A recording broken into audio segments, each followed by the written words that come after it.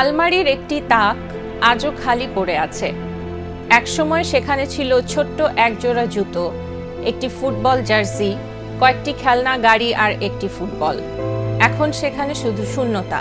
এগুলো ছিল ১৩ বছরের রাকিব হোসেনের। তার স্বপ্ন ছিল একদিন বড় ফুটবলার হবে, কিন্তু ২০২৪ সালের জুলাইয়ের সহিংসতায় একটি বিস্ফোরণ থামিয়ে দেয় সেই স্বপ্ন। আজ বেঁচে থাকলে তার বয়স হতো মাত্র ১৫ বছর। রাকিবের বাবা ছেলের সব জামাকাপড়, খেলনা আর স্মৃতিচিহ্ন অন্যদের দিয়ে দিয়েছেন, কারণ সেগুলো দেখলেই বুক ভেঙে কান্না আসতো। কিন্তু রাকিবের গল্প একা নয়। ২০২৪ সালের জুলাই অভ্যুত্থানে প্রাণ হারানো ৮৪৪ জনের মধ্যে ১৩৩ জনই ছিল শিশু। তাদের মধ্যে ৯১ জন ছিল স্কুল, কলেজ ও মাদ্রাসার শিক্ষার্থী, আর ৪১ জন ছিল দরিদ্র পরিবারের শিশু শ্রমিক, যারা ছোট বয়সে পরিবারের দায়িত্ব কাঁধে তুলে নিয়েছিল। যে বয়সে বই খাতা হাতে স্কুলে যাওয়ার কথা, সে বয়সেই কেউ স্বপ্ন দেখত ফুটবলার হওয়ার, কেউ ডাক্তার, কেউ সেনা কর্মকর্তা হওয়ার। কিন্তু সহিংসতার সেই দিনগুলো তাদের সব স্বপ্ন এক মুহূর্তেই কেড়ে নেয়।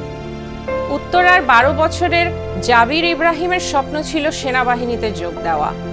ঘটনার দিন সকালে মামার হেলমেট পরে বাবাকে বলেছিল, আমার একটা ছবি তুলে দাও।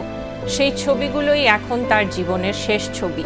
বিকেলে পরিবারের সঙ্গে বাইরে থাকা অবস্থায় গোলাগুলির মধ্যে পড়ে জাবির গুরুতর আহত হয়।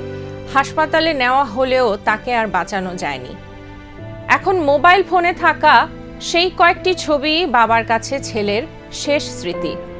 এখানেই শেষ নয়। ১৫ বছরের সন্তান সারোয়ার হোসেন রাকিবকে হারিয়ে পুরো পরিবার ঢাকা ছেড়ে গ্রামে ফিরে গেছে। আবার পরিবারের একমাত্র রোজগেরের সন্তান ইসমাইল গুলিতে প্রাণই হারাননি, ভেঙে পড়েছে একটি পরিবারের ভবিষ্যৎ। জুলাইয়ের সেই সহিংসতা শেষ হয়েছে, কিন্তু শেষ হয়নি এই পরিবারগুলোর কান্না।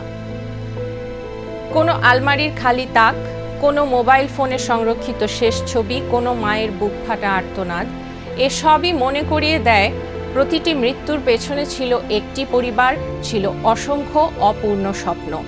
সময় এগিয়ে যায়, কিন্তু সন্তান হারানো মা বাবার ক্যালেন্ডারে সেই জুলাই যেন এখনো শেষ হয়নি।